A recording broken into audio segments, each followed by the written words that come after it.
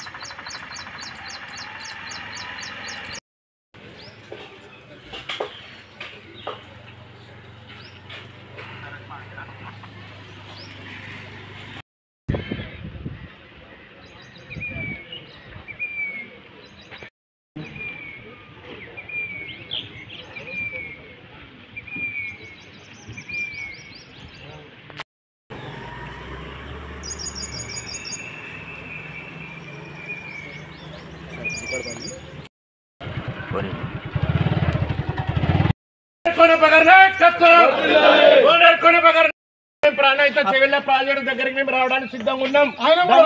చర్చకు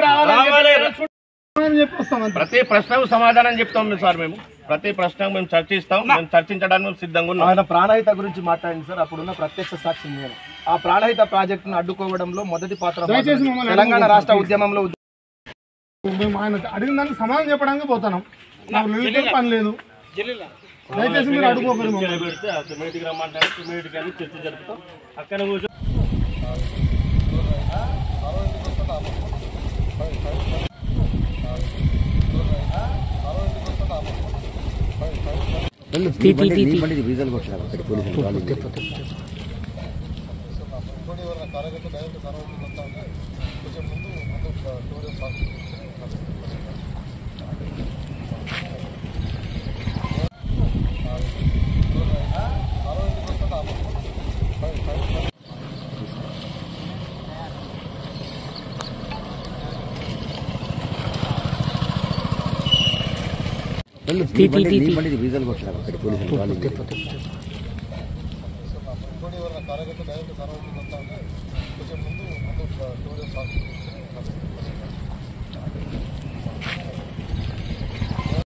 కట్టమంటున్నావు. మీ ఇద్దరు క్లారిటీగా రండి అని చెప్పినా నేను. అంతేగాని అంతమించి నేను కట్టొద్దు కట్టాలని డిస్కస్ చేయలేదు. ప్రాణేత చెవడ కట్టాలని చెప్పి ఆనాడు అన్నాం, ఇవ్వాలంటాం, రేపు కూడా అంటాం. మరి నీకు చేతనైనంత వరకు కట్టించి నీళ్ళు ఇవ్వు. నేను 10 సంవత్సరాల కాలంలో ఆనాడు ఉన్న పరిస్థితుల వల్ల ప్రాణేత చెవళ్ళ ప్రాజెక్టు కట్టడానికి అవకాశం లేదు ఇక్కడ అని చెప్పి సిడబ్ల్యూసి ఇచ్చిన సమాచారం, వేరే వేరే సమాచారం ప్రకారం ఆనాడు ముఖ్యమంత్రి గారు మేడిగడ్డ గారు ప్రాజెక్టు కట్టారు. ఈ ప్రాంతానికి నీళ్ళు ఇస్తానికి 2 లక్షల ఎకరాలు నీళ్ళు ఇస్తానికి గుండాయిపేట దగ్గర లిఫ్ట్ ఇరిగేషన్ ప్రాజెక్టు మంజూరు చేశారు. దాని ద్వారా ఈ ప్రాంతానికి నీళ్ళు ఇచ్చే ఏర్పాటు చేశారు. మరి ఈ ప్రభుత్వం ఆనాడు ఏదైతే నిర్ణయం తీసుకుందో ఆ నిర్ణయం అమలు చేస్తానికి అవకాశం లేకుండా అయింది. ఇవాళ మీరు నీళ్ళు ఇస్తూ ఉన్నారు, కట్టండి, మంచిదే కదా అంటున్నాం మేము. అంతేగాని మేము ప్రాణహిత ప్రాజెక్టు కట్టొద్దని అనలేదు. చర్చ చేద్దామనంటే నేను మాట్లాడింది దేని విషయంలో మాట్లాడినాను? ప్రాణహిత చెవెళ్ళ మీ తల్లి కట్టొద్దని ఆనాడు ధర్నా చేసింది. నిన్న అంటున్నాడు మా తల్లి ఎందుకు ధర్నా చేసిందంటే నష్టపరిహారం కోసం ధర్నా చేసింది అంటున్నాడు. నష్టపరిహారం ప్రాజెక్టు కట్టినాడే నష్టపరిహారం ధర్నా చేస్తారు ఎవరైనా? క్లియర్గా ఉంది, ఈ ప్రాజెక్టు ఇక్కడ కట్టొద్దు, ఇక్కడ ఈ ప్రాంతం నష్టపోతారని చెప్పి ధర్నా చేసిన వాయిస్ ఉంది. మా దగ్గర వీడియో ఉంది. బక్వాస్ మాటలు మాట్లాడుకుంటా, ఇష్టమైన మాట్లాడుకుంటా ప్రాణహితలో మేము అడిగిన దానికి సమాధానం చెప్పు. మేము అడిగింది నువ్వు రోడ్లు వేస్తానని వేయక ఎవరైనా రాజకీయ నాయకుడు ఈ రోడ్డు వేయకపోతే నేను మళ్ళీ మీ ఊరికి రాను, మీ దగ్గర ఓట్లు అడగను, లేకపోతే గుండు చేయించుకుంటాను, మీరు ఏది చెప్తే ఆ శిక్ష అనుభవిస్తానని చెప్తాడు. కానీ నేను ఈ రోడ్డు అయిపోతే నేను పురుషోత్తరావు పుట్టలేదని చెప్పి నువ్వే చెప్పినావు. మరి పురుషోత్తరావు పుట్టకపోతే మరి నువ్వే చెప్పు. మరి దాని సమాధానం ప్రజలు అడుగుతూ ఉన్నారు. ఇవాళ నువ్వు రోడ్లు వేయలేదు, అక్కడ పట్టాలు ఇప్పలేదు, కొండపల్లిలో కేసులు ఎత్తేస్తున్నావు, ఆ కేసులు ఎత్తేయలేదు. ఎస్పీఎంలో 4,000 మందిని బయట వాళ్ళు తీసుకొచ్చి పెట్టారని చెప్పి నా మీద అభాండం పెట్టావు. బయట వాళ్ళు 4,000 మంది. మరి ఈ 4,000 మంది తీసేస్తాను నువ్వే చెప్పినావు. మరి నలుగురిని తీసావా? నీకు చేతనైందా? మరి 4,000 మంది ఎవరు వచ్చి ఎస్పీఎం కోటలు పాకులాడడం 30 ఏళ్ళ నుంచి ఎస్పీఎం సంకనాక్కుంటా నీ బినామీల పేరు మీద కాంట్రాక్ట్లు తీసుకొని హనుమంతరావు అనే అడ్డుదారిని పెట్టుకుని నీ ఇష్టం వచ్చినట్టు కాంట్రాక్ట్లు తీసుకుంటా ఇంకా ఏదో పెద్ద సంసారి మాటలు మాట్లాడుతాను. ₹1,00,00,000 డబ్బు దోసినావు.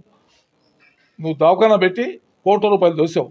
ఉన్న ఈఎస్ఐని కూడా బంద్ చేసి ఇప్పుడు ఆ ఈఎస్ఐ ఎంప్లాయీస్ని అందరినీ నీ హాస్పిటల్కి పోయటానికి ముఖ్యమంత్రి దగ్గర పైరు చేసి ఇప్పుడు ఆ ఈఎస్ఐ కార్డులన్నీ ప్రజా లైఫ్ కేర్కి మార్చి ఆ బిల్లులన్నీ దొబ్బుతానికి ఇప్పుడు కొత్త ప్లాన్ చేస్తా ఉన్నావు. నీ బతుకు నీ పుట్టుక అన్నీ తెలుసు ప్రజలకి. నీ 1.5 సంవత్సరాల కాలంలోనే నీ చరిత్ర అందరికీ తెలిసిపోయింది. ఎక్కువ నీ కార్యకర్తలు చెప్తారు నీ గురించి, మేమేం చెప్పాల్సిన అవసరం లేదు. తుమ్మిడిహేటి వద్ద బహిరంగ చర్చకు సిద్ధమైన క్రమంలో ఉదయం 9 గంటలకే నాకు దైగా మండల కేంద్రంలో ప్రెస్ క్లబ్ అదనపు గదుల నిర్మాణానికి శంకుస్థాపన కార్యక్రమం ఉండే. అక్కడి బయలుదేరుతా ఉన్న క్రమంలో మా ఇంట్లోనే పోలీసు అధికారులు మరియు పోలీస్ సిబ్బంది అడ్డుకొని ఆ దైగామికు అటు తర్వాత తుమ్మిడిహేటికి మీరు వెళ్ళవద్దని మమ్మల్ని అడ్డగించడం జరిగింది. నేను ఒక్కటే అడుగుతున్నా, ఇవాళ బహిరంగ చర్చ అనేది ఇద్దరు వ్యక్తుల మీద. ఎందుకు కోనప్ప గారు అసెంబ్లీలో ఉంటే ఆయననే ప్రశ్నించేవాళ్ళం, కానీ ఆయనకు అసెంబ్లీలో ఉండే అర్హత లేదు. మేము అక్కడ ప్రశ్నించాల్సింది అక్కడ ఉన్న ప్రభుత్వాన్ని ప్రశ్నించాల్సిన పరిస్థితి. కాబట్టి ఈయన 10 సంవత్సరాలు ఏం చేసిండు అనేది ఆయన చెప్పుకోవాల్సిన అవసరం ఉన్నదని చెప్పి మేము నిన్న బహిరంగ చర్చకు సవాల్ విసిరినాం. బహిరంగ చర్చకు ఆయన, నేను, ప్రెస్ మిత్రులు వస్తే సరిపోతుంది. కానీ ఇక్కడ జనాలను పోగు చేసిండు, కౌటాల జనాలు పోగు చేసిండు, law and order situation create చేయడానికి ప్రయత్నం చేసిండు. తద్వారా బహిరంగ చర్చకు నన్ను రాకుండా పోలీసులు అడ్డుకున్నారు అనే ఒక డ్రామాని ఎనాక్ట్ చేయడంలో ఆయన సఫలీకృతమైండు. కానీ దేంట్లో విఫలమైండు ఆయన? వాస్తవాలు సిర్పూర్ నియోజకవర్గ ప్రజలకు తెలియజెప్పడంలో విఫలమైండు. ఆడలేక మధ్యలో ఓడు అనేది వెనకటి సామెత. నువ్వు బహిరంగ చర్చకు సిద్ధంగా లేక ఇవాళ పోలీసు అధికారులను అడ్డం పెట్టుకొని అరెస్టును చూపించి ఇవాళ బహిరంగ చర్చ నుంచి తప్పించుకున్నావు. కాబట్టి ఈ విషయాన్ని సిర్పూర్ నియోజకవర్గ ప్రజలు గమనిస్తారు. గత 10 సంవత్సరాలు మీరు ఆ తుమ్మిడిహేటి ప్రాజెక్టును కాళేశ్వరం ప్రాజెక్టు తరలిస్తూ ఉంటే ఈ తూర్పు ఆదిలాబాద్ జిల్లాను ఎడారిగా మార్చిన ఘనత మీద కాదా? ఒకసారి ఆలోచన చేసుకోండి. ఈ ప్రాజెక్టును తాకట్టు పెట్టింది కేసీఆర్, కాళ్ళకాడ తాకట్టు పెట్టింది మీరా కాదా? ఇక్కడ నీళ్లు రాకుండా చేసింది మీరా కాదా? అసెంబ్లీలో మాట్లాడని వ్యక్తి మీరే కదా. అసెంబ్లీ బయట కూడా ఎన్నడూ కూడా మాట్లాడలే కదా. మరి ఇవన్నీ 10 సంవత్సరాలు పిల్లేట పాలు తాక్కుంటా కళ్ళు మూసుకుంటుందట, నన్ను ఎవరు చూస్తలేరు అనుకుంటుందట. కోనప్ప గారి వ్యవహారం కూడా అట్లనే ఉన్నది. కాబట్టి మీరు 10 సంవత్సరాల్లో ఏం చేసినారు అనేది నియోజకవర్గ ప్రజలు గమనించారు. అందుకే మిమ్మల్ని ఈసారి ఓడగొట్టారు. ఓడిపోతే ప్రజల పక్షాన పోరాటం చేయాల్సింది పోయి అవాకులు చవాకులు పెరగడమైంది. ఇంత అసహనానికి గురి కావాల్సిన అవసరం ఏముంది? ఇంకా సమయం ఉంది కదా. ప్రజాక్షేత్రంలో తేల్చుకోవాల్సిన సమయం ఇంకా 3.5 సంవత్సరాలు ఉంది. కాబట్టి నేను ఇకరైనా హితో పలుకుతున్నా, ఈ డ్రామాలు గట్టి పెట్టండి. నిజంగా చిత్తశుద్ధి ఉంటే ఈ ప్రాజెక్టు నిర్మాణం కోసం మాతో పాటు సహకరించండి. మీరు కాంగ్రెస్లోనే ఉన్నారు, మీ ప్రభుత్వాన్ని ఒప్పించండి, మీ మంత్రి గారిని ఒప్పించండి, మీ ముఖ్యమంత్రి గారిని ఒప్పించండి. మీరు అక్కడ ఎక్కడెక్కడ సమస్యలు ఉన్నాయో వాటిని పరిష్కారం కోసం కృషి చేయండి. దాన్ని సిర్పూర్ నియోజకవర్గ ప్రజలు హర్షిస్తారు. కానీ ఇట్లా డ్రామాలాడి బహిరంగ చర్చకు నేను సిద్ధంగానే ఉన్నా కానీ పోలీసులు నన్ను అడ్డుకున్నారు, జనాలను పోగు చేస్తా, లా అండ్ ఆర్డర్ సిచ్యువేషన్, ఇవన్నీ జనాలు చూడకుండా ఎవరు లేరు. జనాలు ఎవరు వెర్రిబాగుల వాళ్ళు కానే కాదు. మీరు గత 10 సంవత్సరాలుగా చేసిన డ్రామాలు చూసినారు, ఇవాళ చేస్తున్న డ్రామాలు చూసినారు. కేవలం మీ వయస్సుకు మేము గౌరవం ఇస్తున్నాం తప్పించి మీరు ఇట్లా అవాకులు చవాకులు పేలితే ఎవరు చూస్తూ ఊరుకోవడానికి సిద్ధంగా లేరు. తప్పకుండా తుమ్మిడిహెట్టి మీద ఇవాళ చర్చ జరగాల్సిందే. ఒకవేళ మీరు తుమ్మిడిహెట్టికి రాకపోయినంత మాత్రం చర్చ జరగట్లేదు. అసెంబ్లీలో చర్చ చేస్తున్నాం, అసెంబ్లీ బయట చర్చ చేస్తున్నాం.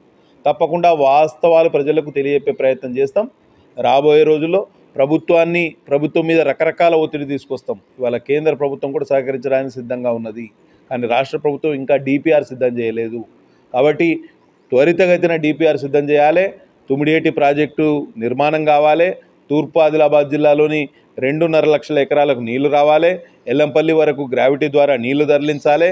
ఎల్లంపల్లి నుంచి హైదరాబాద్ వరకు ఇప్పుడున్న మిడ్ మానేరు, లోవర్ మానేరు, కొండపోచమ్మ, మల్లన్న సాగరు, బస్వాపూరు, ఇవి గన్పూర్ రిజర్వాయర్, ఇవన్నీ కూడా ఉపయోగించుకొని హైదరాబాద్ వరకు నీళ్లు తరలించుకోవడానికి మాకు ఎటువంటి అభ్యంతరం లేదు. కానీ మా నీళ్లు మాకు కావాలనేదే మా నినాదం. మా తలాపన వారే నీళ్లు మీరు సిద్దిపేట గజ్వేలకు తరలించుకుంటా పోతూ ఉంటే గతంలో ఉన్న నాయకులు, మీ ఎమ్మెల్యేలు, మీ మంత్రులు ఎవరు మాట్లాడలే. వాళ్ళు ద్రోహులుగా మిగిలిపోతారు ఇవాళ ఈ ప్రాంతానికి. కానీ మేము చిత్తశుద్ధితోటి పనిచేస్తున్నాం. 8 మంది ఎమ్మెల్యేలు ఉన్నా ఇవాళ తుమ్మిడిహెట్టిని ఒక పత్రికా అంశంగా, ఒక పత్రికల్లో ఒక ప్రధాన అంశంగా, దాని తర్వాత ఎలక్ట్రానిక్ మీడియాలో ఒక ప్రధాన అంశంగా మార్చింది మేమే. అవునా? ఆ తుమ్మిడిహెట్టి ప్రాజెక్టు విషయం అవసరమైంది అనేది అసెంబ్లీలో మొదటిసారిగా నేను ప్రభుత్వం ఇంకా వడివడిగా అడుగులు వేస్తే కానీ ప్రాజెక్ట్ నిర్మాణం కాదు. తప్పకుండా కాంగ్రెస్ ప్రభుత్వం మీద ఒత్తిడి తీసుకొస్తాం. ఈ ప్రాజెక్ట్ నిర్మాణానికి శక్తివంచన లేకుండా కృషి చేస్తాం. నీళ్లు వారిస్తాం. ఈ జిల్లా ప్రజలను, ఈ తూర్పు ఆదిలాబాద్ జిల్లాలోని 5 నియోజకవర్గాల రైతులని ఆదుకునే ప్రయత్నం చేస్తామని ఈ సందర్భంగా తెలియజేసి సెలవు తీసుకుంటున్నా. జై హింద్. బోలో భారత్ మాతాకి.